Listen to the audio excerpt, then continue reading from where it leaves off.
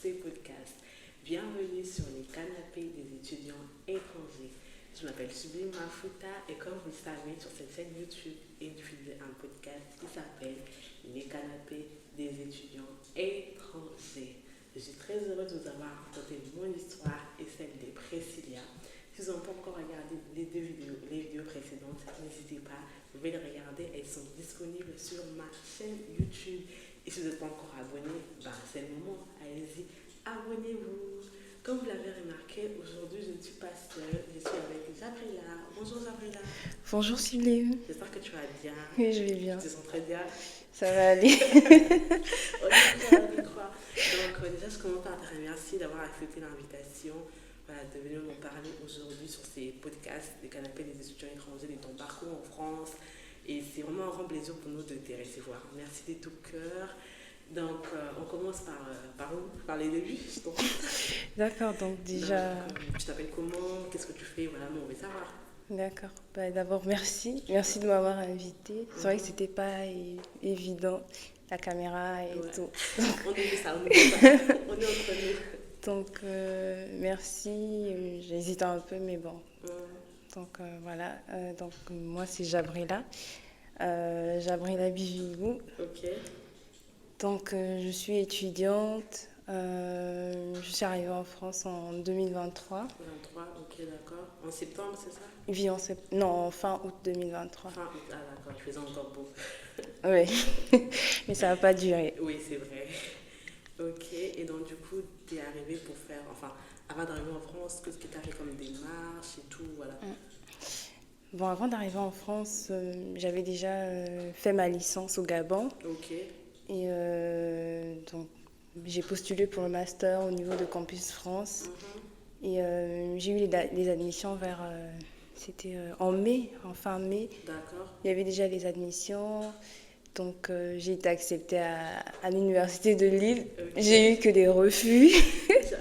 Après, j'ai été acceptée à l'université de Lille. Et du coup, là, on avait commencé à faire les démarches. Là, on était en 2023. 2023, donc on a commencé à faire des démarches pour le visa, le garant, le logement et tout. C'est compliqué les démarches, c'était bien. Bon, au début, c'était pas très simple parce qu'il fallait déjà trouver quelqu'un dans la ville et il y avait personne de la famille, donc c'était pas évident. Après, on a continué les démarches, donc j'avais postulé pour la bourse aussi au niveau du Gabon. D'accord. Donc, entre mai, juin, il n'y avait rien qui se passait. Il n'y avait rien qui se passait entre mai et juin. C'est à partir de juillet que le Seigneur a ouvert les portes et que j'ai pu avoir la bourse du gouvernement. Okay. Et avec la bourse, là, du coup, il a fallu patienter encore jusqu'au mois d'août pour avoir la confirmation que j'avais la bourse. D'accord. Et après... on était en août, à partir de 2 août, ça n'a même pas tardé, je pense que ça s'est fait en 2 semaines. Une fois qu'il y a eu la confirmation de la bourse au niveau du Gabon, donc là ça s'est passé en 2 semaines, le visa, le billet d'avion, c'était fait en 2 semaines. Mais le plus dur c'était avant en fait, entre la période de l'acceptation et le fait d'avoir la bourse parce qu'il fallait chercher le logement, le garant. Ouais, j'avoue, c'était quand même compliqué, mais après, du coup, tu es arrivé en août. En août, et quand tu es arrivé, tu es atterri directement sur l'île ou tu es passé par d'autres villes et tout ça?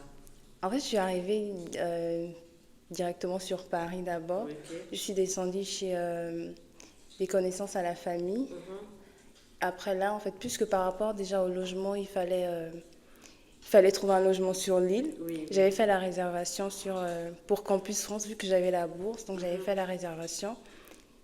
Mais il n'y avait pas encore de confirmation. Ouais. Donc, il y a ma grande sœur qui a une connaissance, un collègue de travail, donc elle a demandé si il y avait une personne qui pouvait m'héberger au niveau de l'île. Oui. Donc, c'est comme ça qu'elle m'avait dit on a trouvé quelqu'un qui pourra t'héberger, une dame chez qui tu vas aller descendre en attendant de trouver ton logement. Okay. Donc, à partir de Paris, quand la dame devait revenir sur l'île parce qu'elle était en vacances, donc on a pris le même train et on s'est rencontrés à la gare. Ah après, bon, ok, là, t'es arrivé à Lille. Donc, du coup, on était en août. Je suppose que c'était vers la fin, donc fin août, c'est ça? Fin août. Ok, et après, la fac a commencé, donc du coup, septembre 2023. Oui. Septembre 2023, et du coup, t'avais été accepté pour faire quelle formation, quelle année?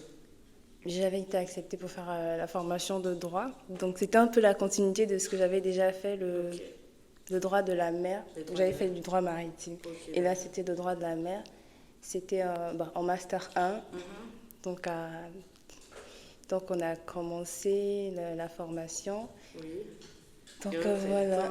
entre-temps, ben voilà, t'avais pas encore trouvé ton propre logement à toi. Non, Et t'étais justement même. et t'étais en train de chercher, donc du coup, comment ça s'est passé? T'es resté chez la dame ou voilà? En fait, déjà, quand on s'est rencontrés dans le train, la dame et moi, Mhm.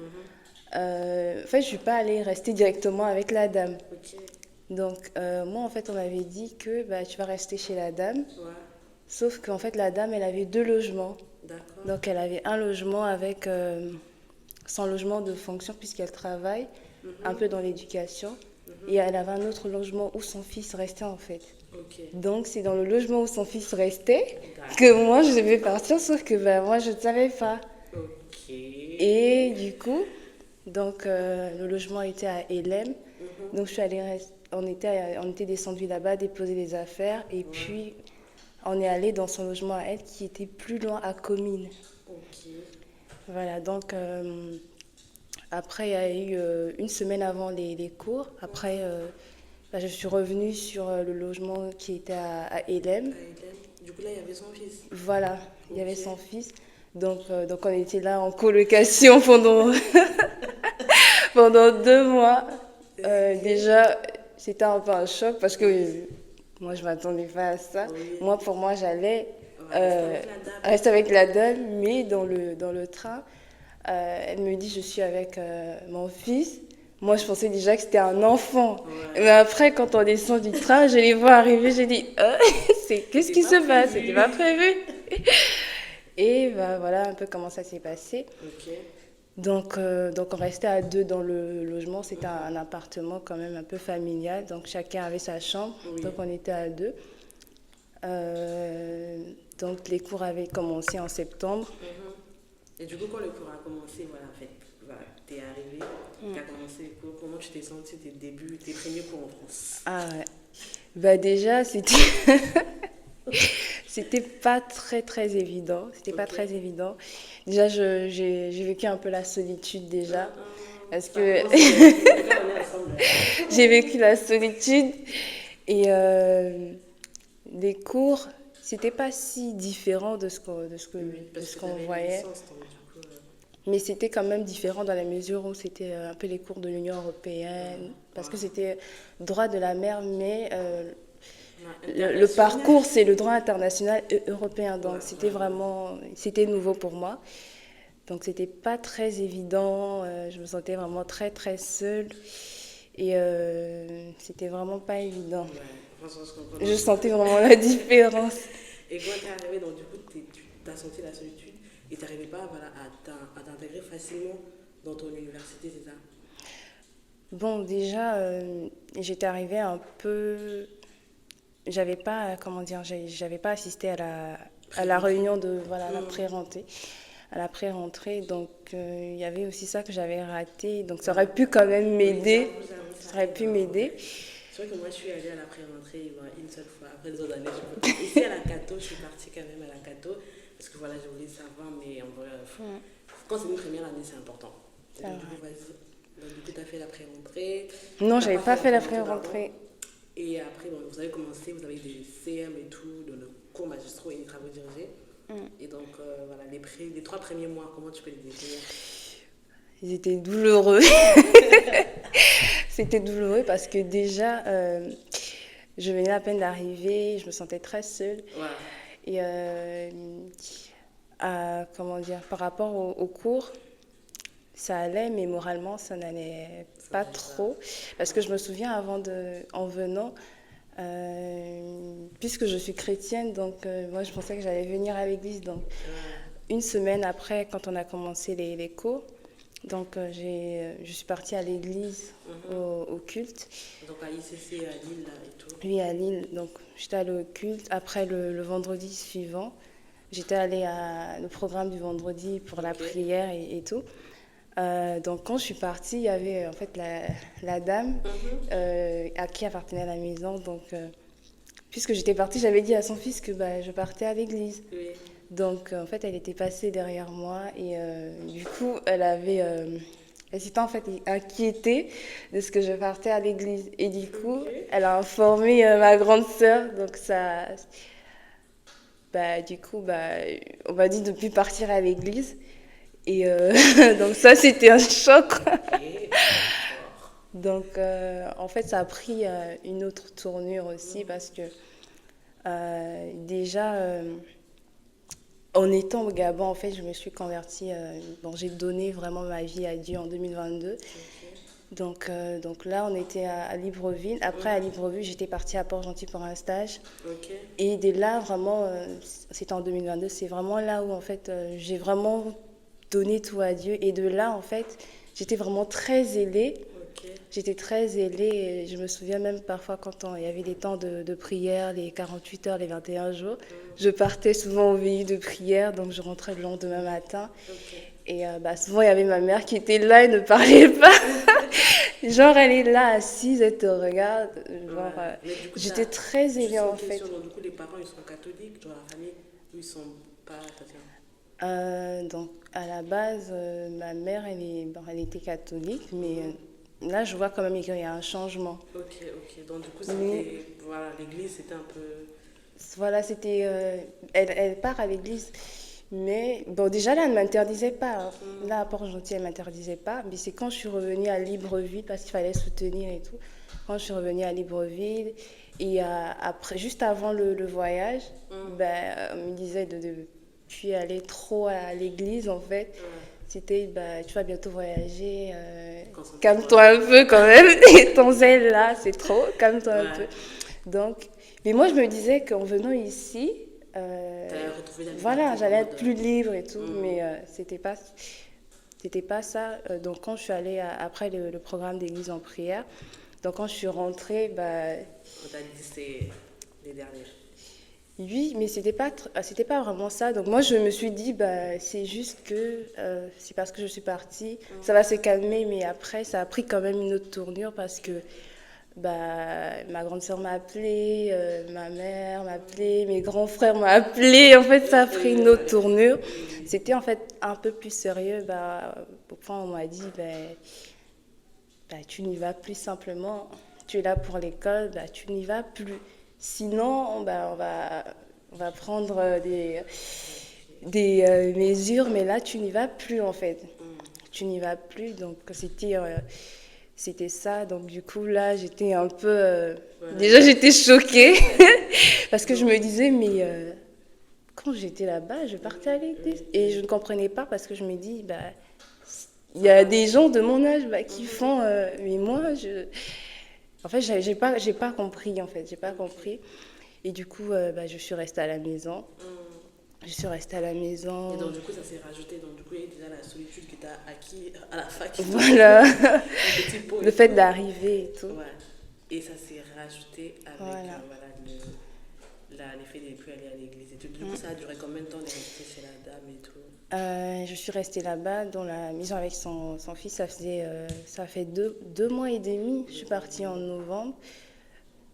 Parce qu'à la base, normalement, je n'étais pas censée rester aussi longtemps. Mais le logement que j'avais réservé avec Campus France, au final, bah, ils m'ont dit qu'il n'y a plus de logement au niveau de l'île. Donc, il va falloir chercher ailleurs. Donc, je me souviens, un jour, j'étais allée chez la dame, donc c'est une tata. Donc, j'étais allée l'aider. Donc, du coup, elle m'avait dit, bah, vu qu'il y a un autre logement qui appartenait à son mari, Ok. qui venait de se libérer, donc elle m'avait dit, est-ce si je pouvais pas aller plus tôt là-bas? Donc, parce que déjà, à la base, c'était son fils qui vivait là et ça a devenu un peu gênant. Donc, du coup... je suis partie je lui avais dit, bah, donc c'est mieux que je parte avant fin novembre. Donc, je suis partie début novembre. Début novembre. Je suis partie dans l'autre logement. Ok, et du coup, c'était à LM aussi ou c'était... Non, là, c'était à la Madeleine maintenant. C'était un peu plus proche quand même de l'école. D'accord. Mais du coup, je me sentais encore plus seule parce qu'au moins là-bas, je savais qu'il y avait quelqu'un. C'est vrai qu'on ne parlait pas souvent. C'est ça. Lui aussi, il avait un job étudiant, donc parfois, quand moi je rentrais, lui, lui n'était pas là, il lui rentrait Mais au et on ne moins, se parlait pas dans vraiment. ta C'était tête, tu sais que bonjour, voilà. j'habite pas seule. Genre, j'ai quelqu'un avec qui parler. Voilà. Enfin, Non, même si on ne parlait pas honnêtement, hein. On se parle dans les regards et tout. Même pas en fait. Ouais. C'est, c'était quelqu'un en fait de réservé, donc du coup, donc on ne parlait pas vraiment. C'était bonjour, au revoir, bonjour, au revoir, et on n'avait pas, et voilà quoi, on n'avait pas aussi les mêmes emplois du temps. Donc, mais au moins, comme tu disais, tu sais qu'il y a quelqu'un, quoi. Tu entends du bruit dans la maison, ça fait mais quelque là, chose. voilà. Mais là, je suis allée dans l'autre logement, c'était encore plus grand. C'était une maison familiale, mais j'étais seule. Donc, vraiment là, Attends, déjà, moi, habiter déjà dans mon petit studio étudiant, ça va déjà, mais même dans une maison. familiale, il y avait beaucoup de. C'était Il y a beaucoup de chambres, il y a beaucoup de voilà, pièces et tout beaucoup ça. de pièces, Tu le es toute seule. salon, voilà, très grand. Mais j'étais seule dedans, donc c'était pas évident. Je me sentais encore plus seule. Moi, là-bas, on ne parlait pas, mais tu sais qu'il y a quelqu'un dans la maison. Mais là, tu es seule dans la Tu peux maison. être juste, t'entends juste des pas, même dans ta tête, tu imagines des trucs. Non, je sais pas. Voilà. Je me souhaite pas ça. Non, Non. pas. Et donc, du coup, voilà, c'est. Et entre-temps, tu continues à la fac. Oui, Tu je continues continue à la fac. Et ça se passe comment? Il y a la Ben, solitude qu'on a déjà su. en fait, c'était que des intensif. accumulations. Donc, forcément, moralement, ça n'allait pas très, très bien pour moi. Mais j'allais à la fac, sauf que honnêtement, ça n'allait pas. Ouais. Ça n'allait pas parce que déjà, au niveau des parents, c'était froid en fait. C'était froid par rapport à l'histoire de l'église. C'était froid. Donc, c'est vrai, on discutait ensemble, mais c'était. C'était froid. Et donc là, tu C'était pouvais froid. même pas, en fait, Non, tu pouvais pas vraiment. même leur dire que tu te sens un peu seule. Donc il n'y avait pas de. En fait, il y Des moments avait. d'échange où tu pouvais leur dire ah, ça va pas moralement et tout, t'avais pas à aller. Non, non. On pouvait parler, mais je gardais ça pour moi. C'est ça. Je gardais ça pour moi. Et- Et donc, plus le temps passait, plus je me sentais vraiment très seule. Et en fait, je me sentais isolée, c'est ça en fait le terme. Je me sentais isolée. Et jusqu'à un moment, ça fait 3 mois. On était à novembre, 3 mois. Après, là, ça ne pouvait plus continuer comme ça. Je me souviens, j'avais écrit à une grande sœur de ICC au niveau de Libreville. Je lui avais dit, voilà ce qui se passe, même à la tata qui m'avait accueillie au Gabon. Je lui avais dit que voilà, ça arrive encore déjà au Gabon, c'était ça. Mais là, je me dis, je suis quand même grande, je suis pas un enfant. Qu'on m'interdise d'aller à l'église et tout, en fait là ça ne va pas. Donc elle m'avait conseillé, elle m'a demandé de prier et ensuite de parler. Donc j'ai supporté jusqu'au moment où j'ai prié et après j'ai parlé, j'ai dit je ne peux pas en fait, je ne peux plus continuer de rester à la maison. Et surtout que voilà, juste pour compléter, parce que voilà, on sait que quand on arrive en France, Voilà. On n'a pas forcément un entourage déjà avec Exactement, et c'est ça. C'est vraiment en fait cette deuxième famille qui vient. Voilà. C'est là qu'on rencontre tes frères et tout. Et manquer cette interaction et tout, c'est quand même quelque chose. C'est quand même quelque chose et tout. C'est ça. Et donc à ce moment-là, j'ai parlé, j'ai dit je ne peux plus continuer de rester à la maison parce que ça ne va pas. Donc je vais reprendre à aller à l'église. Mais ça n'a pas été, comment dire, bien accepté. Mais en fait, je ne voulais pas du genre aller alors que je sais que mes parents ne sont pas d'accord. Et quand même y aller. En fait, je voulais qu'ils sachent que c'est ça, aller de manière un peu, voilà, confirmer. En accord, quoi, je suis, en fait, sans, comment dire... rébellion, un truc voilà, comme ça. Désobéissance et tout, ouais. Et être aussi alignée par rapport à ce que je fais, par rapport à ce que je dis. Donc, c'est comme ça que j'ai dit.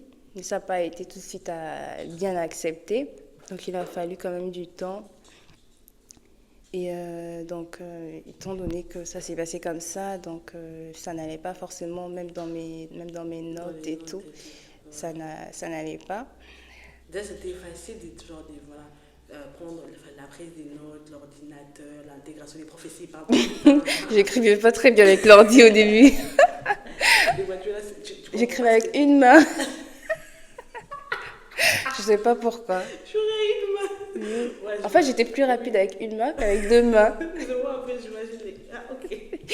C'est après, maintenant. Et donc, du coup, dans ta classe, vous n'avez pas eu de groupe, de travaux, où tu devais vraiment avoir des trucs, des personnes avec qui parler, ou c'était... Bah, après, j'ai rencontré aussi des camarades de classe. Il y avait aussi une camarade de classe qui m'a aidée même par rapport comment utiliser le Moodle et tout ça. Ce côté-là aussi, oui, il y a eu ça. Mais les plus grands problèmes, c'était vraiment le fait que, voilà, parce que en master, tu n'as pas fait la licence dans cette université-là et tu arrives à faire le master, c'était ça vraiment, en fait, la oui, c'était difficulté. nouveau. Et le fait que ce soit plus international, européen, pardon. Le fait que ce soit européen, c'est ça qui a été un peu la difficulté. Et le fait que déjà moralement, ça n'allait pas. Parce que C'est plus ça, en fait. C'est plus quand ça. va pas moralement, rien ne peut marcher. Quoi. Ouais, c'est ça. Okay. Et donc après, vous avez, donc du coup, là, on était en novembre. On arrive un peu vers décembre et tout. Il y a les examens et tout. Ça s'est bien passé. Les S1, le OCT, il y a des... Alors, le S1, ça s'est pas très, très bien passé. Ça s'est pas très, très bien passé parce qu'au niveau des notes, c'était pas bon. Ouais. C'était pas bon, mais il faut dire aussi que j'étais pas bien en fait. J'étais pas bien, j'étais pas bien. Je me souviens même parfois, il y avait des moments, quand je rentrais, je pleurais. Je pleurais. Moi, ça, c'est vrai. Je suis experte en ça. Non, j'étais experte en ça. J'ai laissé. Quand même. Ça. Parfois, quand je rentrais, je pleurais. Et je pouvais pas vraiment partager ça avec eux, tu vois. Je pouvais pas partager ça. Et du coup, quand il y a eu ces notes-là et tout, j'ai perdu confiance en moi aussi. Je me suis dit, est-ce que je vais y arriver? Est-ce que je vais valider? En fait, j'avais maintenant peur, en fait. J'avais peur. Est-ce que je vais pouvoir y arriver? Est-ce que je vais valider mon année? Et si je ne valide pas mon année, la bourse, le logement, comment je vais faire? Comment je vais faire, vraiment? Parce que là, déjà... Vous ne validez pas la bourse, elle se perd. Bien sûr. Et déjà, au niveau des parents, déjà, on t'a dit que si tu vas là-bas, c'est ça, quoi. Donc, je me disais comment je vais faire et tout. Mais juste une question, genre au Gabon, tu réussissais brillamment, c'était tout nickel. Oui, il n'y avait même pas de problème. Il n'y avait pas de problème.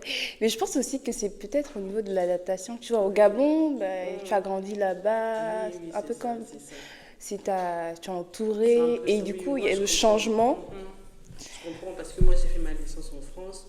Donc, je sais, quand j'ai rencontré des gens à L3 l'année dernière, ils sont juste venus pour commencer directement la L3. J'ai vu aussi les décalages. Ils se sont aussi sentis un peu très désemparés parce que ce n'est pas les mêmes systèmes.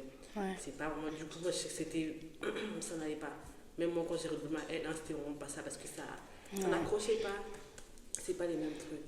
Donc là, du coup, les S1, il est pas bon. Non, pas bon. Il est même et tu fais comment? catastrophique. Mais tu continues quand même à aller au cours. Il était à terre combien? En fait, je continuais d'aller en cours, les TD.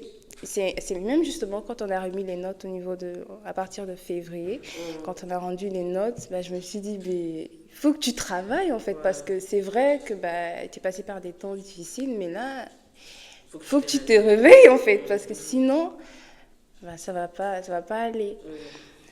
Et donc là, à ce moment-là, donc après là, j'ai commencé les démarches pour le logement maintenant individuel. Ok. Et du coup, tu as fait sur mes services. Voilà. Donc j'ai eu le logement en résidence universitaire. Ouais. Donc j'ai pu déménager. Voilà, c'était déjà mieux. Oui, là, ça allait mieux. Et du coup, j'ai demandé à servir aussi à l'église. Donc j'ai déménagé, j'ai demandé à servir. Donc du coup, le temps passait. Mais il y avait un truc, c'est que j'en voulais à Dieu.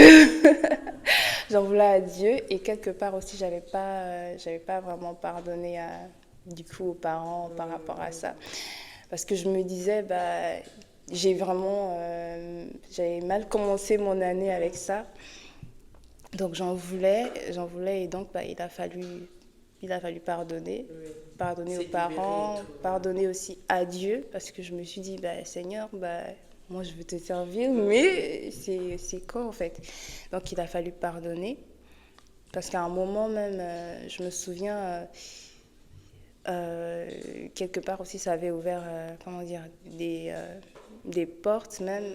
Parce qu'il y avait même des rêves que je ne faisais plus depuis longtemps, bah, que j'ai eu à faire. Bah, à ce moment-là, je me suis dit, bah, tu as forcément ouvert une porte. Donc il a fallu vraiment pardonner. Je me souviens, j'avais même en parlé à une responsable de notre famille d'impact. Donc elle m'avait conseillé par rapport à ça. Donc de pardonner en fait. Donc du coup, il a fallu pardonner, j'ai pardonné.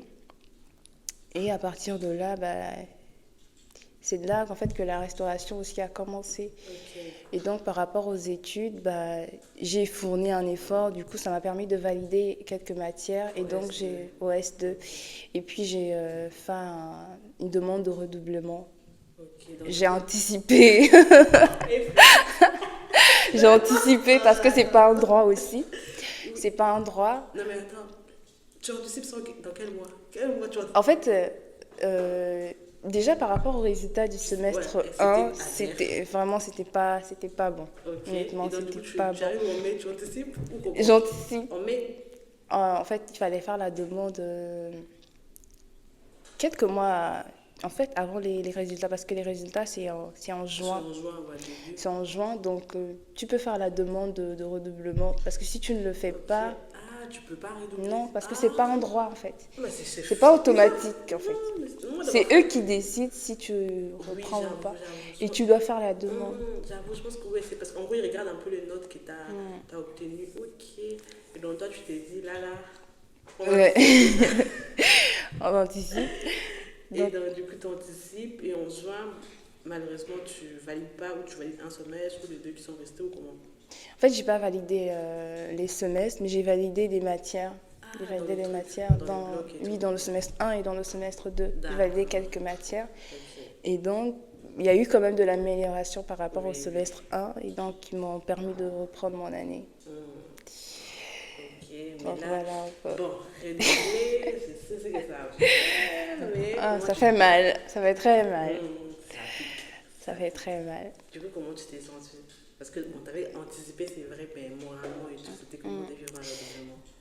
Ben, déjà, j'étais quelque part reconnaissante. Qui t'accepte. Voilà, reconnaissante de pouvoir avoir en fait une seconde chance déjà. Hum, Parce que j'aurais pu ne pas avoir ça aussi. Ouais. Donc j'étais reconnaissante. Mais après, je savais aussi ce qui allait en découler. Déjà au Hum. niveau de la bourse, si tu ne valides pas, si tu n'as pas un certain niveau de moyenne, bah, du coup, on te supprime la bourse. Ok, encore les pays africains. Donc c'est par rapport à ça. Mais j'étais quand même reconnaissante. Du coup, bah, il a fallu déjà chercher un travail. Ouais. Donc c'est comme ça que j'ai cherché un boulot. J'ai déposé les demandes un peu partout. Et j'ai pu avoir... je cherchais aussi à avoir quand même des stages pour quand même avoir de l'expérience Oui. aussi.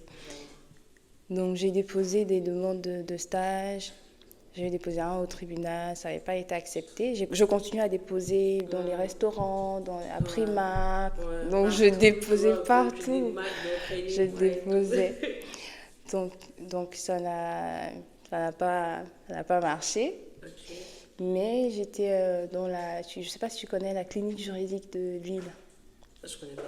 En fait, il y en a dans toutes les villes. Ok. C'est du genre une association d'étudiants pour aider en fait tout. En fait, il y a différents pôles. Il y a le pôle. Je pense que j'ai cru entendre parler de ça, Voilà. mais ouais, vite fait. Donc ça faisait partie aussi des options en fait. D'accord. Ça faisait partie des options.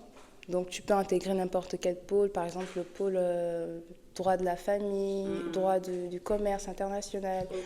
Donc moi j'avais intégré un pôle. Donc à partir de là, dans le groupe, ils avaient envoyé une demande. En fait, c'était si vous voulez faire un stage, il y a tel, vous pouvez envoyer votre demande à tel avocat, puisque l'avocat en question, puisqu'en fait, le fonctionnement, c'est qu'il y ait des professionnels, donc à titre bénévole, en fait. Ah, ok.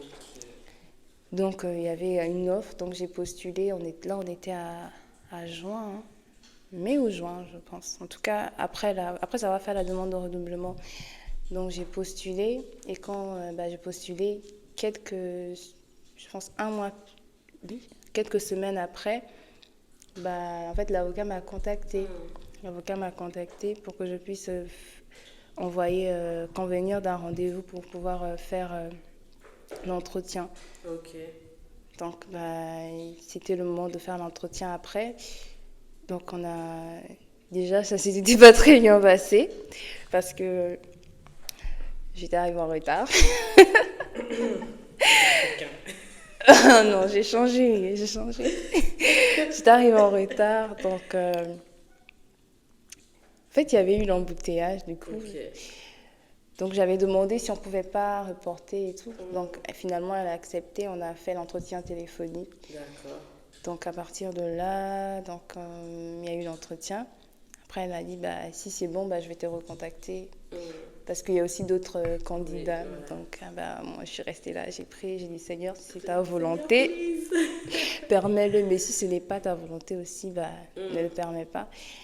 Et plus tard, j'ai été contactée. J'étais très contente aussi.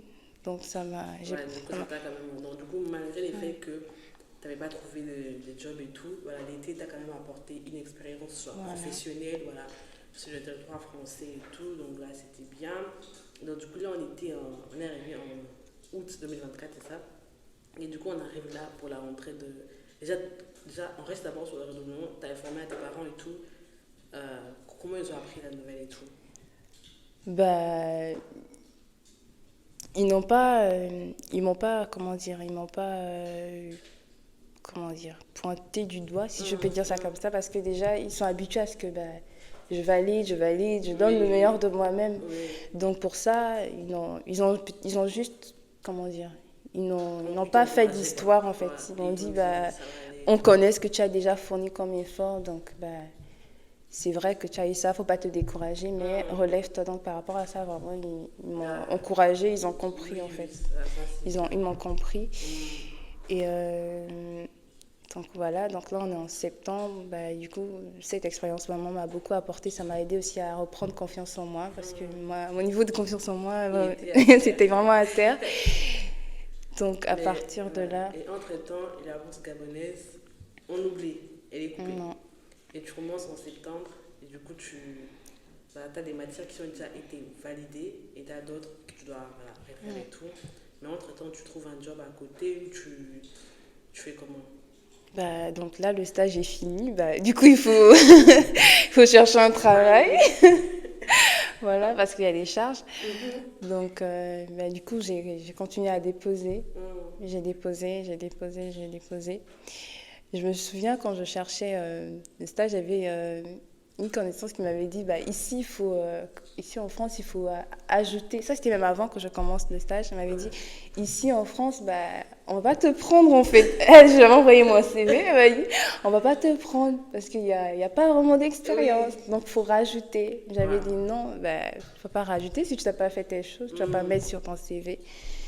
Donc... je pense qu'on l'a tous fait, hein. Tu avais rajouté ou pas? J'ai pas rajouté. J'ai pas rajouté. Non, je regarde, mais je pense qu'on l'a tous fait. On l'a tous fait, rajouter. Moi, ce que j'avais rajouté, j'ai inventé babysitting. Faut pas. Mais après, dès que tu as eu une première expérience, tu commences à les enlever, tout ce qui était quitté dans mon CV, quitté. Moi aussi, on m'avait dit ça. Quelqu'un m'avait dit, rajoute. Mais j'ai dit, elle a de l'expérience. Elle a été là avant moi. Qu'est-ce que je fais? Je rajoute. Et du coup, ton CV, il est resté intact. Non, j'ai pas rajouté. Et tu as continué de chercher? Oui, donc j'ai continué de chercher. Et là, j'ai postulé. Mais il y avait une offre dans la résidence où j'étais, donc c'était affiché. Donc après, je me disais, je négligeais aussi quand même. Oui. Je négligeais quand même. Mais après, il restait plus beaucoup de temps. Je sentais qu'il fallait postuler. Et j'ai postulé. Et quand j'ai postulé, quelques temps après, j'ai déjà, quand je suis revenue pour demander quand est-ce qu'on allait passer l'entretien, la dame m'a dit le poste a été pourvu. Donc là, j'ai dit, mais Seigneur, je sens que C'était à moi. C'était pour moi. Donc j'ai continué de prier. J'ai dit, Seigneur, si. Parce que déjà, par rapport à mon emploi du temps, c'était pas évident. Déjà, un job, par exemple, dans les restos, c'était pas évident. J'allais même pas pouvoir aussi servir. Donc, c'était pas évident. Et par rapport à ce job-là, ça me permettait vraiment de travailler et en même temps d'avoir du temps pour les études et tout. Donc j'ai prié, j'ai dit non, j'ai vraiment prié. J'ai dit non, Seigneur, si c'est vraiment toi, si c'est vraiment ta volonté, permets que je puisse avoir ce travail. J'ai prié, j'ai remis entre les mains de Dieu. Et quelques jours après, j'ai reçu le mail du directeur pour me dire que j'ai vu votre CV et tout, donc voilà, je vous propose de passer un entretien tel jour. Alors que la dame t'avait dit que le poste avait été pourvu. Justement, ça avait été pourvu. Okay. Et donc après, donc du coup, le jour de l'entretien, j'étais là, je patientais dans le hall. Et l'entretien a eu lieu. Et lorsque l'entretien a eu lieu, en fait, les questions qu'on me posait, c'était tellement simple. Mais pour moi, je me disais, où est le piège en fait? Où est le piège? Et du coup, je compliquais mes réponses. Après, du coup, il me posait des questions Et puis après, en fait, il parlait tellement comme si j'allais avoir, genre même quand sa façon de parler, c'était, du coup, si vous commencez, quand vous allez commencer, en fait, après, je me disais, mais est-ce qu'il y a un piège, en fait? Et après, à la fin, l'entretien s'est fini. Il m'a dit, du coup, si vous êtes prise, on va vous contacter et tout. Mais après, je me suis remise en question parce que je me suis dit, mais pourquoi j'ai répondu ça alors que c'était simple? Pourquoi j'ai répondu ça? Pourquoi j'ai dit ça? Pourquoi j'ai dit ça? Mais après, donc, ça a pris une semaine. Pourtant, normalement, j'étais censée avoir la confirmation quelques jours. Donc, ça a pris une semaine. Ça a pris une semaine, donc j'étais en fait là, je me disais, Seigneur, si c'est ta volonté, permets. Si c'est pas ta volonté, Donc, ça a pris vraiment une semaine. Normalement, c'était pas censé prendre une semaine si j'étais prise. Donc, ça a pris une semaine. Mais après, au final, en fait, au début, je priais vraiment, vraiment dans le... Comment dire? Avec ferveur pour dire que, Seigneur, si c'est ta volonté, permet. Mais au fur et à mesure que le temps passait, j'étais un peu plus détachée, quoi. J'étais un peu plus détachée. Je me disais, si je suis pas prise, c'est pas grave, quoi. Je vais continuer à déposer quelque part. Et c'était le lundi, une semaine après, on m'a rappelé pour me dire que j'avais été prise. Et même demandé, vous n'avez pas reçu le mail? J'ai dit non, j'ai pas reçu de mail. J'ai pas reçu de mail. Donc, j'avais été prise, donc j'avais déjà un travail. Donc, ça me permettait de subvenir aux besoins. Parce que la bourse, elle n'était plus là. Et je voulais aussi vraiment être indépendante aussi. Donc, ça s'est passé comme ça. Et donc là, j'avais déjà repris les cours. Donc, j'ai continué les cours. J'étais vraiment un peu plus sereine aussi. Donc, après, là, il y a eu... Là, on avançait vers octobre, novembre. Donc, bientôt, les examens allaient commencer. Donc, là, c'était novembre, avant la période des examens. Vous avez eu aussi des examens, genre, une partie avant les vacances et une partie après? Non. Okay. En fait, nous, c'est tout directement. Ah, c'est bien. Non, c'est pour ça. La semaine je pense avant les vacances de Noël. Avant les vacances de Noël, donc c'est là la période des examens. Donc c'était ça. Mais Et après, comment tu t'es sentie? Parce que c'était une classe, certains professeurs, certains cours, tu les connaissais déjà. Donc, comment tu t'es sentie en tes et tout? Déjà, il y avait certaines matières que j'ai dû reprendre. Du coup, revoir certains profs en TD, Je me souviens, il y avait un professeur, bah, quand il déposait le TD, bah, il disait, bah, ça, on l'avait déjà revu, madame. Bah, du coup, bah, je me disais, mais qu'est-ce que je fais là? Et c'était un J'avoue. peu genre, bah, on te rappelle que bah, tu es redoublante, quoi, même si t'as pas envie que tout le monde Oui, le tout le monde le sache. sait. Après, il y a certains qui disent d'ailleurs, par hasard, est-ce qu'il y a des règles de plus ici dans la salle? Ils n'ont pas fait ça. Non, mais quand il déposait les Hum. copies, parce qu'il me connaissait, Ah, c'était ok. dans le même TD que Hum. j'ai eu à reprendre. Donc du coup, quand quand il déposait la copie, Hum. bah, il me rappelait que bah, normalement, vous avez déjà ça chez vous, en fait, la copie que j'ai C'est les déposée. profs qui te rappelaient ça. Non, c'était un prof, en fait, qui rappelait ça. Ah, ok. C'était un Nous, prof. on a fait un Parce que j'ai prof. juste pris une matière identique à l'année passée. Mais nous, notre prof, c'était quoi? Non, c'était en début de Mais semestre c'était et pas tout. méchant, en fait. Voilà. C'était pas méchant. En début de semestre, il y avait un prof qui disait, est-ce qu'il y a des redoublements ici dans la salle? Ah, voilà, levez la main. Et puis, il y en avait aussi dans ma tête quand j'avais En fait, il réussi. vous affichait. Oui, oui, on levait la main et tout. Après, c'était ça. Donc, Mais il faut pas faire ouais, ça après, aux autres, hein. on était quand même une. Il y avait quand même un petit groupe. Tu comptais avec les autres, ça. La Voilà, solidarité. voilà. Ouais. Donc, c'est un peu ça. Et donc, du coup, tu as repris, c'était plus de confiance, on y va, ou c'était un peu. Je sais pas, je sais. Bah, en fait, il y avait quand même un doute parce que déjà, il fallait absolument valider. Donc, il y avait quand même la pression aussi. C'est vrai qu'il y avait quand même, j'étais pas aussi la seule qui avait redoublé, mais il y avait quand même la pression et le fait, bah, quand on te rappelle ça comme ça me mettait la pression bah, du genre Oui. que bah, Gabriela, bah, là, il faut tout donner. Il faut vraiment, en fait, il faut vraiment que là, tu puisses réussir, en fait. Réussir et tout. Réussir parce que si tu ne te donnes pas à 100%, bah, ça va pas aller. Ça va pas aller. Donc là, vraiment, bah, c'est fini la fragilité là, pardon. Donc Ouais. là, il faut vraiment tout donner. Hum.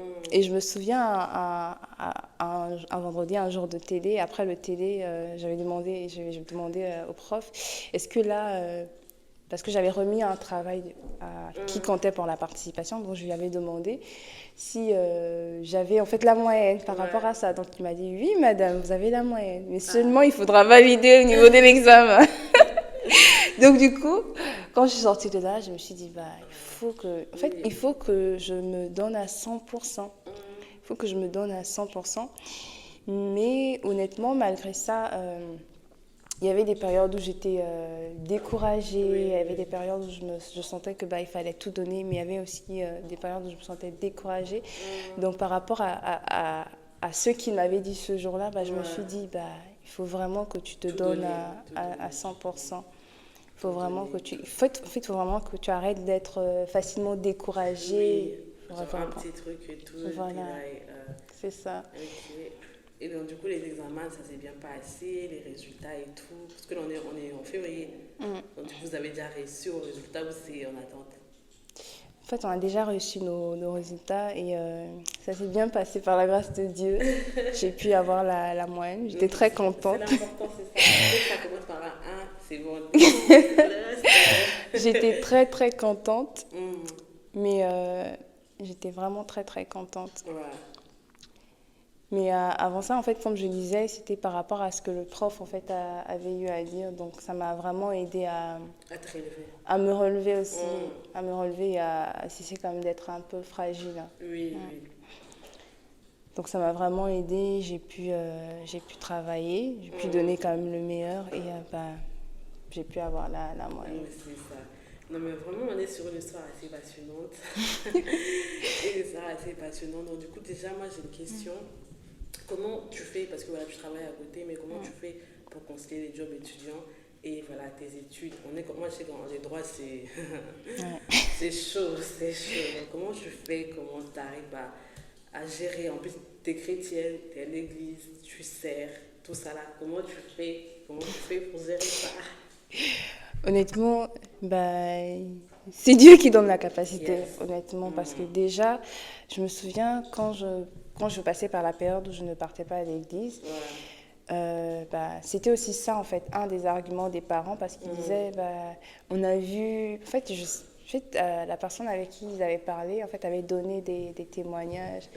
Du coup, des personnes avec qui ça s'est mal passé. Donc, des personnes qui ont abandonné les études parce qu'ils devaient servir. Donc, du coup, c'est un cliché, voilà, cliché. c'est vraiment un cliché. Du coup, en fait, ils se sont basés sur ça, en fait.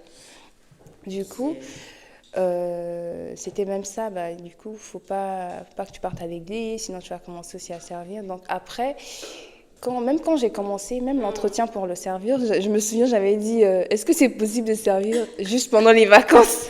On m'a dit, non, c'est pas possible. Je suis à temps partiel, s'il vous plaît. Voilà, en fait, c'était ça, parce que je me disais, est-ce que je vais pouvoir, en fait, déjà, là, j'avais même pas encore le travail, hein, est-ce que je vais pouvoir juste faire les études et le service? Donc, j'avais aussi cette crainte-là. Donc, j'avais demandé, est-ce que c'est possible de juste servir pendant les vacances? On m'a dit non, c'est pas possible. Soit tu sers, soit tu sers pas. Et du coup, c'est vraiment Dieu qui donne la capacité. Parce que c'est vraiment lui. Parce que là, je fais le job étudiant, en même temps, il y a les études. C'est pas évident. Il y a ta vie aussi. Tu dois avoir une vie quand même. Même, est-ce que j'ai même encore une vie, moi? Je ne sais même plus. De vie sociale, pardon. Vraiment. Donc c'est ça, il y a le service. Et après, c'est une question d'organisation parce que je me souviens, j'avais posé les questions aussi à d'autres qui étudiaient aussi, j'avais posé la question, mais comment vous faites avec le service et les études? Comment vous faites pour concilier le service et les études? Ils m'ont dit, non, c'est question d'abord d'organisation. Tu sais, par exemple, que là, tu vas avoir un examen, donc tu essaies de voir parce qu'au-delà aussi, les études aussi, quelque part, c'est vraiment utile, en fait, parce que tu peux servir, même en travaillant. En fait, moi, je vois ça comme ça. Le travail, c'est un service, en fait. Donc, même au niveau des études, les études vont te permettre plus tard de travailler. Donc, en travaillant aussi, c'est un service. C'est pas que, en fait, à l'église. Donc, c'est question d'organisation. Si tu sais, par exemple, que bientôt les examens, du coup, tu essaies quand même de moins servir aussi. Si tu sais, par exemple, que dans 2 semaines, tu vas avoir un devoir, ou bien à la veille, tu vas avoir un devoir, du coup, tu ne sers pas pendant cette période-là, ou tu sers vraiment moins et après, tu sers plus. Ce qui fait que, du coup, il y aura des périodes où tu sers plus et il y a des périodes où tu sers moins. Donc, c'est ça. Il y a des périodes où tu es à temps plein, d'autres côté à temps partiel. Non, je sers toujours. Chaque mois, je sers toujours. Mais il y a des périodes où c'est beaucoup. Ça varie. Mais exactement, parce que moi aussi, avant d'arriver à Lille, du coup, j'étais à Nantes. Et c'est là-bas que j'ai servi à ICC Nantes et tout. Ah, voilà, ok. Ça va, moi j'ai travaillé chez Burger King et tout. Moi j'ai j'ai connu la galère des fast-food. Non, mais vraiment. Ah, ouais. Et moi c'était comme ça. Moi il y avait des dimanches où on a des cultes. Donc du coup, on avait des cultes finis à 14h. Moi je dois commencer mon travail à 15h. Donc il faut que je cours. Voilà. Et gloire à Dieu, il y avait une sista là et tout. Elle était là avec sa voiture. Elle m'aidait parce que l'église et le travail c'était même pas au même endroit. On était vraiment à l'opposé. Donc s'il fallait prendre des tramways et tout, c'est-à-dire que là tu passes ton temps sur les transports et tout. Et elle m'accompagnait, elle m'aidait. Le fait que là, tu es vraiment fatigué, mais Dieu a apporté quelque chose. Il y a vraiment quelque chose. Il y a un avantage et tout. Ces clichés-là, les comme quoi, non, moi, mes études, ça me prend trop du temps. Non. Moi, je pense qu'on a tous eu peur, en fait. Et les choses, vraiment, quand on abandonne ça à Dieu, Dieu a dit, Seigneur, moi, je veux. Moi, c'est ça, moi, si je ne voulais pas. Parce que moi, depuis que j'étais au Congo, mes parents savaient que j'aimais beaucoup l'église. Ils savaient que j'aimais beaucoup l'église. Je partais, pourquoi je ne sais pas à l'église, je ne sais pas, je ne rêvais plus. Mais quand j'étais arrivée, après avoir redoublé, que voilà, j'ai refait ma L1, j'ai commencé à travailler, j'allais à l'église. Et moi d'ailleurs, la toute première L1 où j'avais refait, j'étais pas à Nantes. On habitait dans une ville un peu comme Valenciennes qui est à côté de Lille. Donc du coup, la ville était pas à Nantes. Mais voilà, j'étais loin. Je me disais, je n'ai pas envie de donner une raison aux gens qui disent que quand tu pars à l'église, là c'est fini, ta vie elle est clouée là-bas et tout. Non, nos vies ne sont pas clouées. Non, on a vraiment du temps. C'est vraiment une question d'organisation, comme tu as dit. Donc quand on s'organise et tout, on arrive à réussir, même à réussir brillamment aussi. En tout cas, tout est possible. Tout est possible. Donc du coup, là, tu arrives à gérer, à concilier job et étudiant et tes études en droit. Et donc moi, j'ai encore une autre question pour savoir en fait qu'est-ce que toi, tu aurais vraiment concrètement voulu savoir avant de venir en France? Parce que voilà, on parle de la France, des études à l'étranger et tout. Mais il y a peut-être quelqu'un qui, dans son coin, pense que si, tout cool, hein, tout cool et tout. Voilà. Qu'est-ce que toi, tu aurais voulu savoir concrètement avant de venir en France? Alors, qu'est-ce que j'aurais voulu savoir? À vrai dire, j'ai envie de dire beaucoup de choses. J'aurais voulu savoir beaucoup de choses. Mais si je peux dire quelque chose à quelqu'un, c'est déjà apprendre vraiment à être autonome. Autonome, que ce soit émotionnellement. En fait, apprends à être vraiment autonome de telle sorte que quand tu vas arriver, parce qu'il n'y aura pas la famille aussi, il n'y aura pas la famille, pour ne pas que ça soit trop dur pour toi.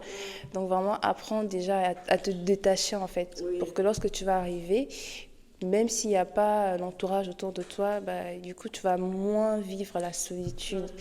C'est ça. Parce que tu seras déjà habitué à être autonome aussi. À cet environnement-là et tout. C'est vraiment ce que toi, tu aurais au moins voulu savoir parce que voilà, les débuts étaient quand même assez particuliers. Je me suis dit, j'ai vraiment mal commencé. Non, je pense que tu n'es pas la seule. On est de milliers et des milliers d'étudiants à ne pas avoir bien commencé et tout. Voilà, et aussi de faire confiance aussi à Dieu. De faire confiance à Dieu parce que déjà, même en restant...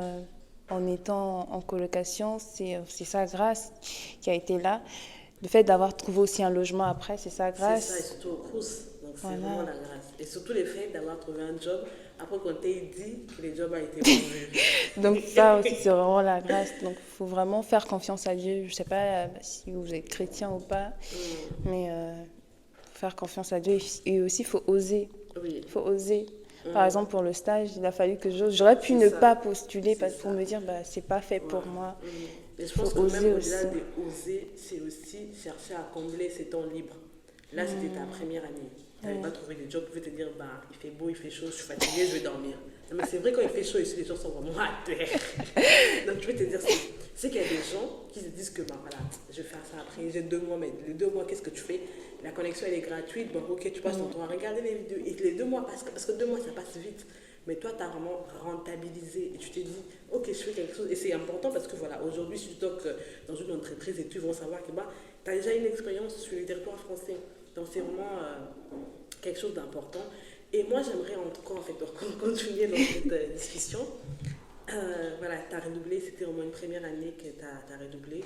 Mais qu'est-ce que toi, tu pourrais donner un conseil à un étudiant qui nous regarde aujourd'hui, qui a aussi redoublé son année et qui peut-être s'est dit, parce que voilà, comme tu as dit, tu étais à terre et tout, moralement, ça n'allait plus et tout, tu avais perdu confiance en toi. Mais qu'est-ce que tu peux dire à cet étudiant qui a aussi perdu confiance en lui suite à un redoublement? Bah, si je peux dire quelque chose à un étudiant qui a perdu confiance, c'est déjà c'est d'oser croire en fait en lui. Bon, ça dépend si la personne est chrétienne ou pas. Si la personne est chrétienne, c'est de faire confiance à Dieu. C'est de faire confiance à Dieu parce que c'est lui qui peut te relever. Parce que déjà, même moi dans mon parcours, en novembre, il y a aussi, déjà, j'avais parlé du rêve que j'avais fait et tout. Mais même plus tard, j'ai eu en fait à comprendre en fait pourquoi j'avais fait ce rêve. C'était par rapport à un traumatisme que j'avais vécu dans mon enfance.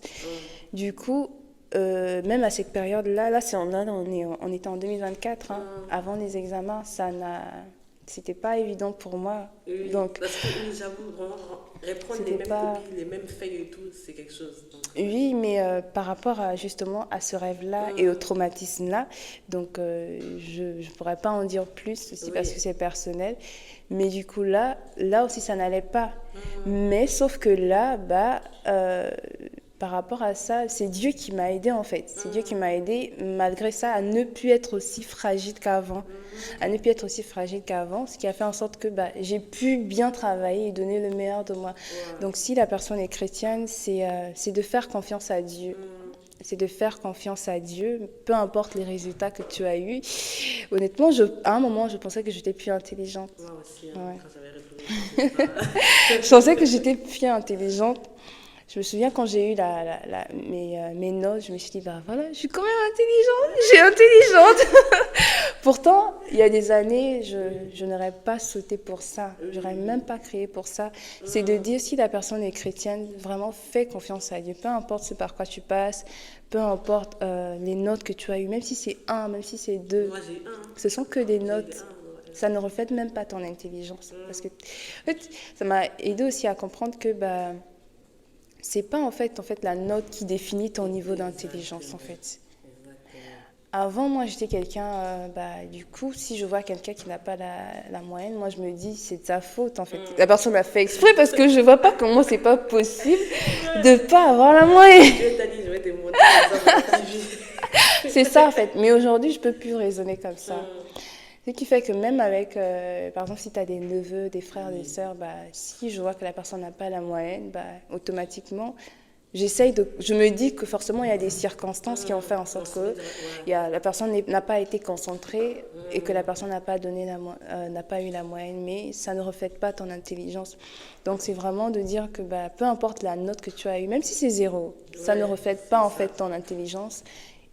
Si tu es chrétien, fais confiance à Dieu et aie confiance aussi en toi. Maintenant, si tu n'es pas chrétien, aie confiance en toi, en fait. Aie confiance en toi parce que tu... Voilà. Voilà, au passage. Non, mais c'est vraiment important. C'est vraiment important parce que, voilà, c'est un peu similaire. Excusez, parce que moi, sinon, à L1, j'avais redoublé et tout. J'avais vraiment perdu confiance en moi. Moi, j'en ai même parlé dans mes vidéos et tout, mes précédentes vidéos que vous pouvez regarder. Si vous n'avez pas encore regardé, mais c'était comme ça. Moi, je me rappelle, j'avais regardé une prédication du pasteur Adams. Pardon. Du coup, il parlait de la confiance en Dieu. Il a dit des fois, on n'a pas besoin que de prendre la Bible et lire, feuilleter comme ça et tout. Des fois, il faut qu'on commence à réciter certains versets de la Bible. Il a dit, si je ne sais plus trop la prédication, j'ai même perdu les liens et tout, mais j'avais très bien retenu ça. Et du coup, il a dit, prenez par exemple la Lamentation, dites que les bontés de l'Éternel ne sont pas épuisées. Regardez-vous dans les miroirs. Moi, j'ai commencé à faire des thérapies personnelles. Je suis devenue thérapeute de ma propre. Amen. Je me regardais devant les miroirs et je dis, tu n'es pas un échec. Parce que moi, j'avais en fait toute la bande avec des personnes avec qui j'avais connu de ma L1, ils avaient tous passé des classes. Donc, du coup, moi, j'étais restée. Et c'était vraiment... En plus, on partageait les mêmes amphis.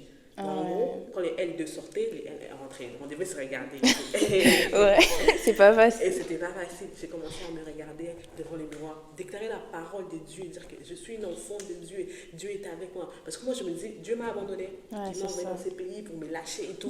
Débrouille-toi. Non, Dieu ne fait pas ça. Vraiment, ayez confiance en vous et surtout appuyez-vous sur Dieu. Appuyez-vous sur Dieu. Il est vraiment la meilleure fondation. Et c'est pourquoi il a permis à ce que les visas soient octroyés. Parce qu'il y a tellement de dossiers, disons, dans l'ambassade. Pourquoi votre dossier a été validé? C'est pas en vain. Dieu savait pourquoi. Donc vraiment, ayez confiance en Dieu et ayez confiance en vous-même. Et par-dessus tout, travaillez. Oui, c'est ça aussi. Parce que si tu ne travailles pas... Même si ton moral est à terre, donne-toi. C'est ça, c'est donner. Et moi aussi, j'ai aimé ce que tu as dit parce qu'à un moment, tu as quand même parlé, même si tu n'avais pas parlé aux parents, mais tu as parlé à certaines personnes, de la sœur de l'église et tout. Et c'est vraiment aussi important de ne pas rester là avec ses problèmes et tout, parce que dans ces pays, beaucoup de choses peuvent arriver. On est déjà loin de nos parents. La dépression en France, c'est une vraie réalité. Exactement. C'est une vraie réalité. Ils sont nombreux à vivre dans ça, même actuellement. Ils sont passés par là. Mais vraiment parler à quelqu'un. Parler à quelqu'un et parler à Dieu, c'est bien, mais c'est pas suffisant. Parler à une personne de ses problèmes, expliquer-les et tout. Et voilà, il y a toujours une piste de solution. Parce que Dieu passe aussi plus souvent par les hommes pour nous parler. Donc voilà.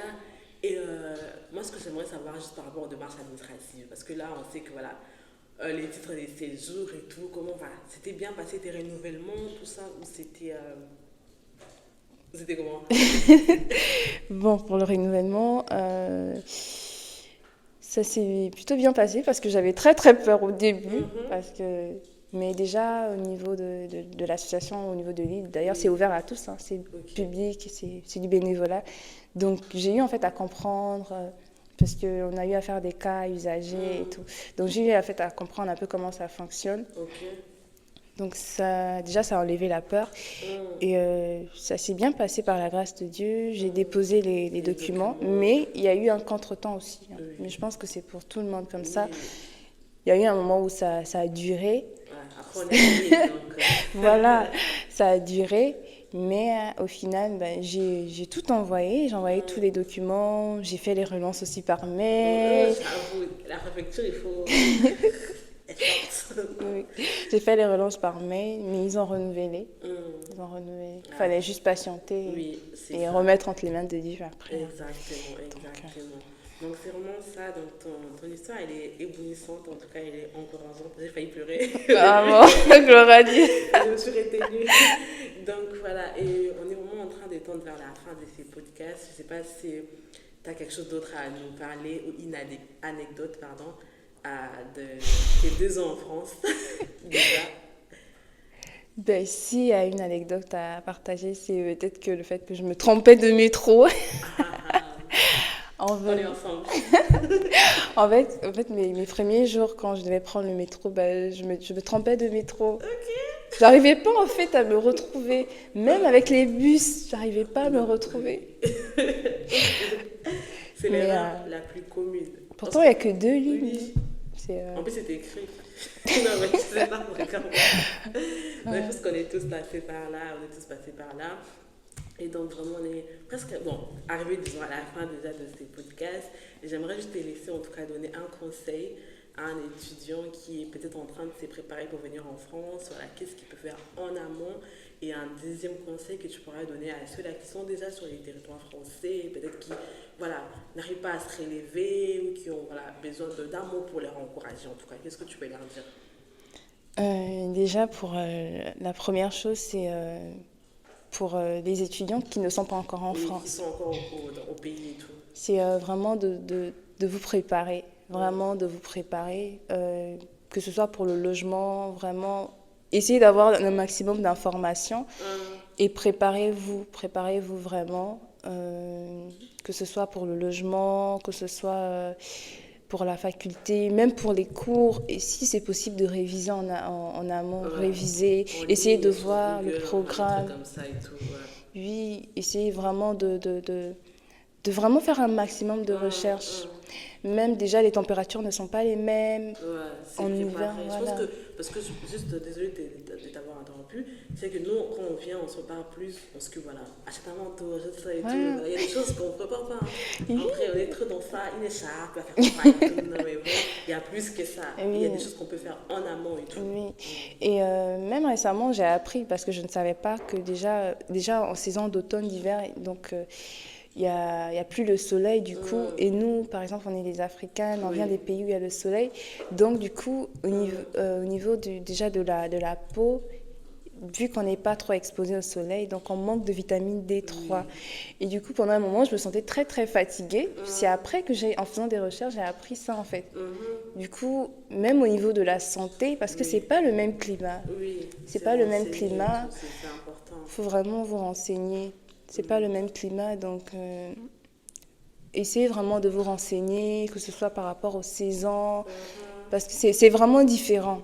Oui. C'est vraiment différent au niveau de l'école, si vous pouvez vraiment vous renseigner, essayez de réviser au maximum, trouver le logement. Vraiment. Ne venez pas comme si vous veniez dans une fête en fait. Non, vous venez pas dans une fête. Je te dis la vérité.